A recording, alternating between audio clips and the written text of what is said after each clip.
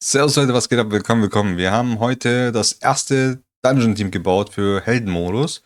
Nur mit 3 Sterne. Ich habe mich auch wirklich explizit nur beschäftigt damit, 3 Stars zu nehmen. Man kann natürlich 4 Stars nehmen, man kann 5 Stars nehmen. Es gibt einige Teams, die man bauen könnte, rein theoretisch. Das Wichtigste ist eigentlich hier nur, man braucht Immunität, Strip, Attack Debuff. Das war's. Also mehr braucht man nicht. Man braucht einfach Buffs natürlich, um seine Edemons nicht counterattacken zu lassen. In dem Fall habe ich jetzt einfach die Immunität von ihm hier genommen, damit der Death Break des Gegners nicht auf mir drauf landet und ich Schaden machen kann und strippen kann ich mit ihr oder auch mit beiden Schaden machen. Meine Buffs kommen von den dreien hier. Man kann natürlich auch den kleinen hier zum Buff benutzen. Ist auch völlig fein. In der Regel braucht ihr knapp 3 Minuten, 3,20 circa, Pi mal Daumen. Es funktioniert eigentlich richtig gut. Das Team ist eigentlich damit ausgelegt, dass ihr wirklich 4 Buffs benutzt. Also wirklich für Speed, für Inspirieren, hier für dieses Universelle und dann natürlich auch Elirum. Damit habt ihr halt alle 4 und könnt damit auf jeden Fall easy den Dungeon schaffen. Ihr könnt natürlich auch den Clockwell rausnehmen und könnt natürlich die Ameise nehmen. Kann ich ja mal zeigen. Muss kurz schauen. Ja, doch, passt. So.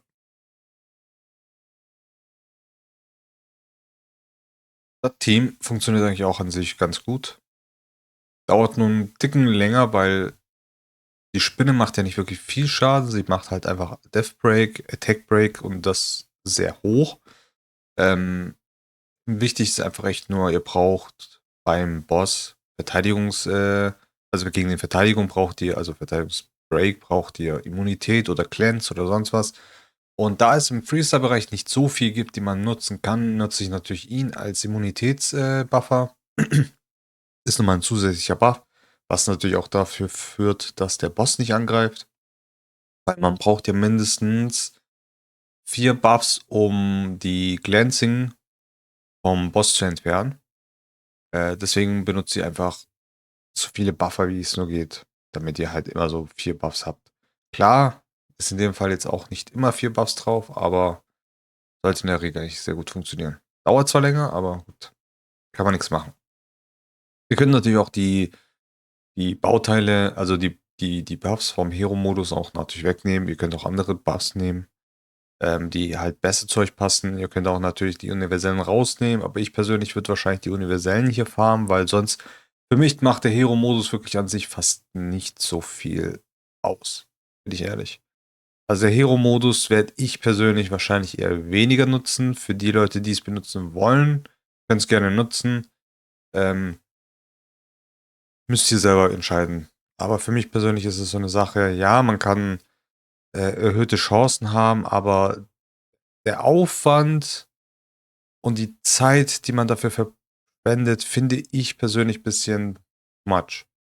Ich finde es cool, dass es so einen Hero-Modus gibt, aber die Belohnungen sind noch nicht gut genug, meiner Meinung nach. Ist meine persönliche Einschätzung. Es kann natürlich jeder anders sehen, aber das ist meine Einschätzung, dass die Belohnungen nicht wirklich, ähm, ja, es ist für mich nicht belohnend genug. Dass ich sage, jo, ich farm jetzt das. Ja, man kann mal ein Elerum bekommen, ja, man kann mal ein Universal ähm, hier bekommen. Dafür müsste ich mal einen 10er-Run durchlaufen lassen oder einen 20er-Run durchlaufen lassen, um zu gucken, wie viel von diesen universellen Bauteilen bekommt man denn. Hatte ich jetzt halt nicht die Zeit dazu. Würde ich jetzt wahrscheinlich in der nächsten Zeit mal machen. Vielleicht schreibe ich es dann unten in die Kommentare rein. Direkt schon, wie viel ich bekommen habe. Dann guckt einfach in den Kommentaren nach.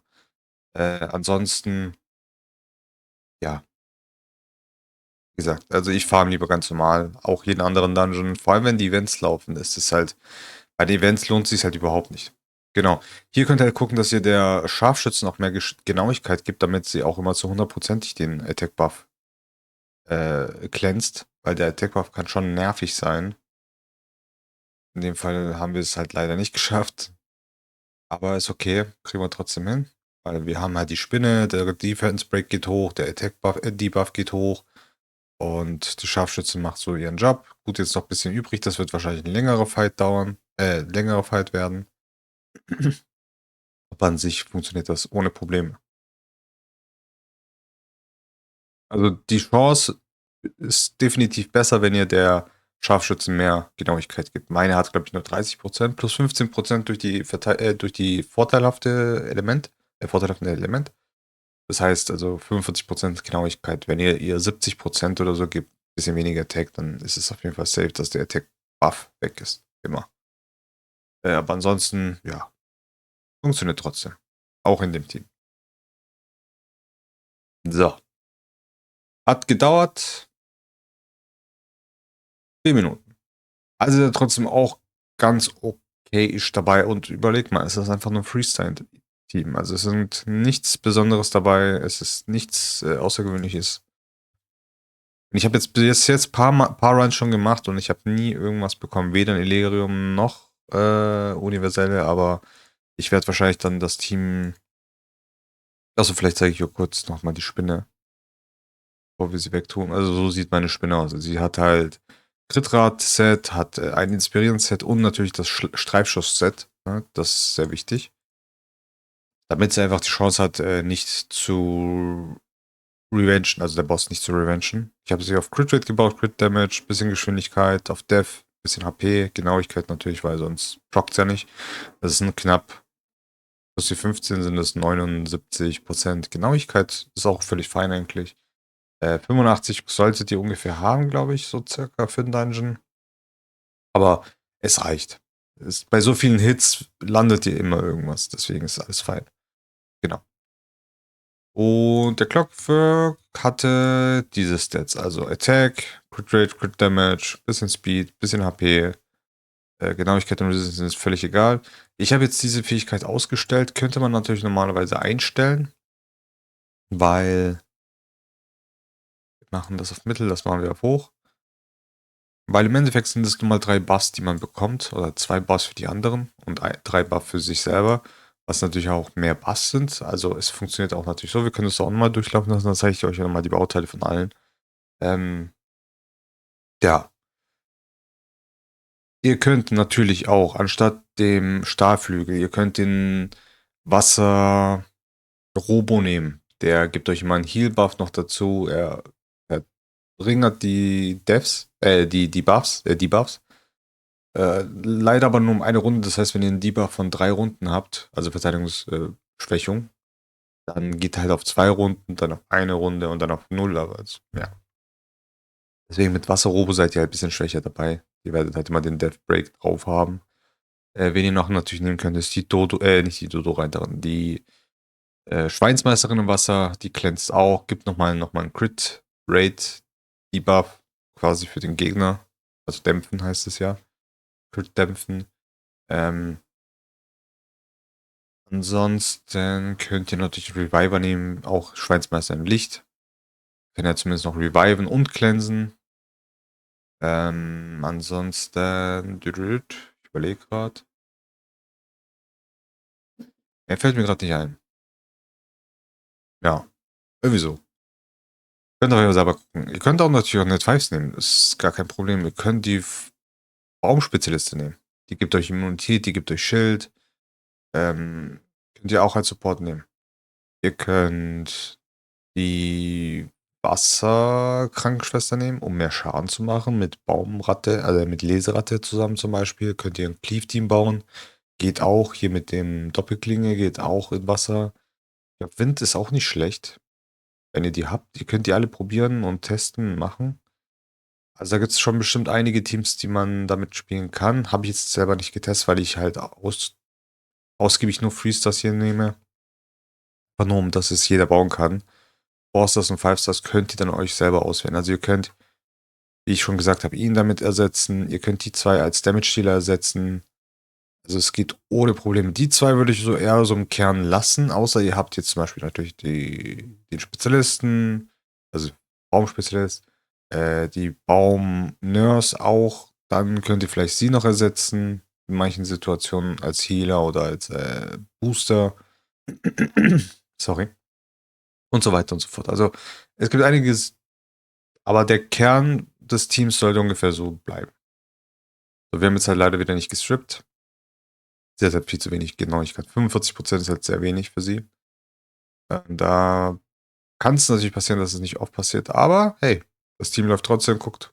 Attack Debuff ist drauf, Death Break ist drauf von der Dodo-Reiterin.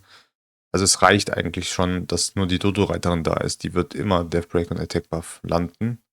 In den meisten Fällen. Und das Team ist durch. So. Hat gedauert 3 Minuten. Pi mal Daumen. Also, ja. Ist nicht das schnellste Team und deswegen meine ich halt, es lohnt sich für das Team, meiner Meinung nach, also dieser Heldenmodus, meiner Meinung nach nicht, um überhaupt zu spielen. Weil ihr seht, ich habe jetzt zum Beispiel wieder 4-Star bekommen. Ich habe auch schon von einigen gehört, man kriegt auch sehr viele 4-Stars und nicht so viele 5-Stars, wie man sich erhofft hat. Also, wenn sie sagen würden, jo, man kriegt nur noch 5-Star-Bauteile, dann würde ich sagen, jo, geil. Würde ich machen. Sofort. Aber dadurch, dass die Chance immer noch da ist, dass man 4-Stars bekommt und die Drop-Chance nur um 0,3 erhöht wird, also ihr müsst euch vorstellen, dass die Chance, dass man hier schnell und inspirieren bekommt, ist 1,3. Heißt einfach, alle anderen sind 1 und die 2 sind 1,3. Klar, mit einem Pass wären es dann 2,6. Wären dann einfach 1,6 mehr als die anderen. Würde dann sich vielleicht eher lohnen, aber ganz ehrlich, allein das hier, das ist halt für mich irgendwie nutzlos. Deswegen, also sie müssen auf jeden Fall noch bei dem Heldenmodus noch irgendwas einstellen. Meiner Meinung nach ist es nicht wert. Also ich nehme lieber mein Team hier und spiele das in B10 und farm genauso mit dem Pass und habe einfach. Es geht schneller, ich brauche keine 30 Sekunden oder knapp 30 Sekunden. Da verzichte ich jetzt auf alles andere. Farm ich lieber schön entspannt in der Zeit, wo ich. Ne? Und vor allem, das Team hatte einfach auch kein Glück, habt ihr auch wahrscheinlich gesehen. Ich glaube, wir hatten irgendwas mit 30% Glück oder so. Also war jetzt auch nicht das Wahre. Weil man muss halt sehr viele Stats opfern für das Team. Das ist halt das nächste Problem. Man braucht Stats. Sonst, also bei Freestyle-Team vor allem, braucht ihr auf jeden Fall Stats, weil es ist halt, ohne Stats habt ihr ein großes Problem. So. Welches Team hatten wir jetzt? Da will noch jemand.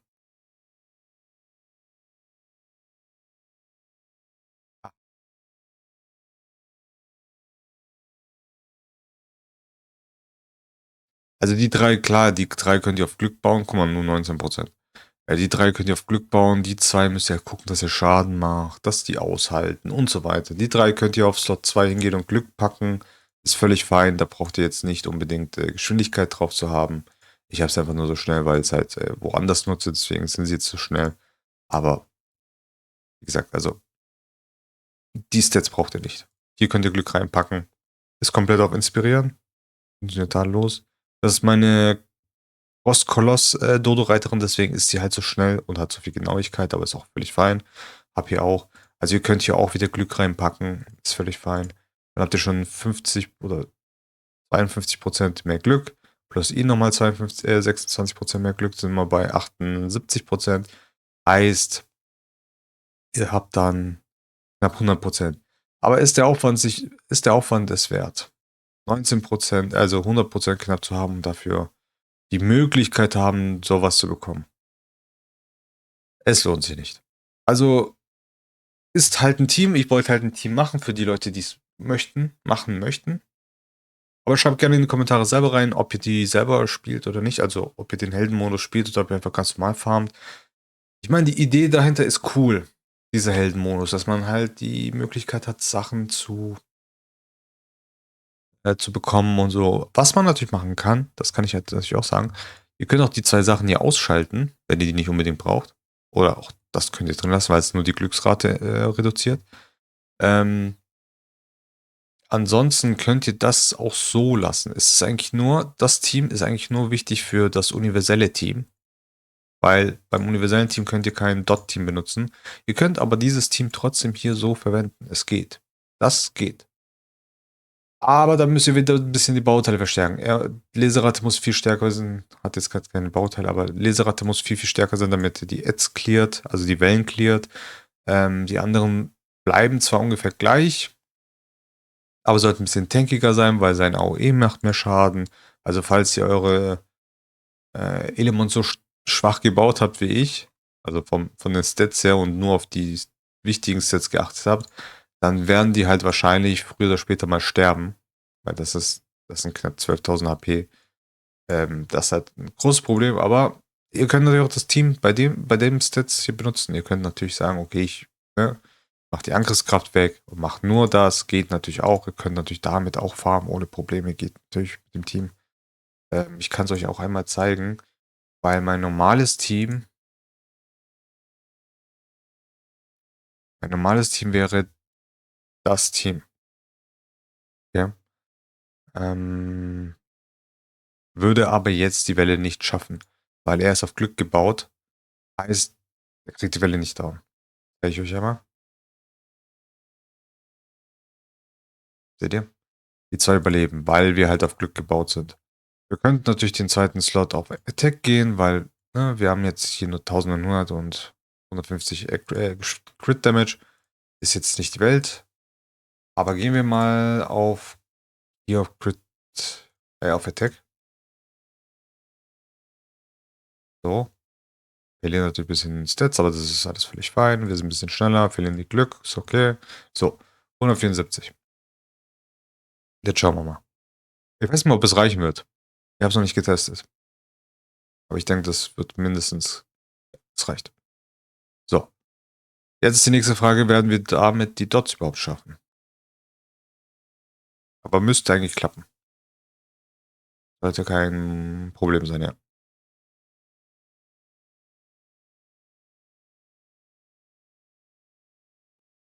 Okay, er hat jetzt ein bisschen überlebt. Klar, wir müssen vielleicht ihn noch ein bisschen stärker machen, aber es ist völlig fein, wenn einer mal überlebt. Wichtiger ist halt nur, dass das hier klappt. Und das ist ein großes Problem, weil jetzt kommt der Schaden rein. Jetzt in dem Fall hat es geklappt. Es ist jetzt nicht so schlimm gewesen. Aber was wäre passiert, wenn am Anfang von der ersten Runde direkt die Laserratte einen Revenge Attack bekommen hätte? Er hätte weniger HP gehabt, dieser Attack wäre gekommen und die Laserratte wäre gestorben.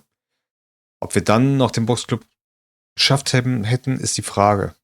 Ist jetzt halt leider nicht passiert, aber ja. Aber ja, man sieht es halt auf jeden Fall. Guck, und jetzt haben wir auch die Auswahl wieder, Sachen auszuwählen. Ich meine, 4, 5, 5. Also man sieht schon, okay, es werden mehr 5-Star-Bauteile gezeigt, aber nur wenn man halt Glück hat, ne? Wenn man kein Glück hat, also keine Glücksrate hat, dann ist das halt schwierig. Und bei dem Team, beim Freestar-Team wird es halt schwierig mit dem kompletten Dingern. Deswegen, falls ihr farmen wollt, farmt lieber dann so, dass ihr sagt, okay, come on, ich will jetzt mehr davon. Aber ich glaube, die verbraucht auch mehr Energie, richtig? Nee, verbraucht gleich viel. Okay, dann habe ich nichts gesagt. Ja, also wenn ihr es könnt, dann farmt so. Aber ja, ich finde, es lohnt sich nicht wirklich. Finde ich nicht. Es ist einfach viel zu viel Aufwand. Wenn ihr das Speed-Team hinkriegt und das Speed-Team läuft in dem Bereich, dann ja, dann macht das. Wenn nicht, dann macht den Zehner. Ihr werdet also es wird euch nicht irgendwas, also ihr verpasst einfach nichts. Das will ich damit sagen. Genau. Das soll es auf jeden Fall damit gewesen sein. Schreibt in die Kommentare, was ihr davon haltet, wie ihr es findet, ob ihr denkt, dass da noch Änderungen geben sollten. Also meiner Meinung nach sollten im Hero-Modus nur 5-Star-Bauteile droppen. Dann ist das definitiv etwas, womit man arbeiten kann. Aber so in diesem Fall ist es einfach Zeitverschwendung. Dann sehen wir uns im nächsten Video. Bis zum nächsten Mal. Ciao.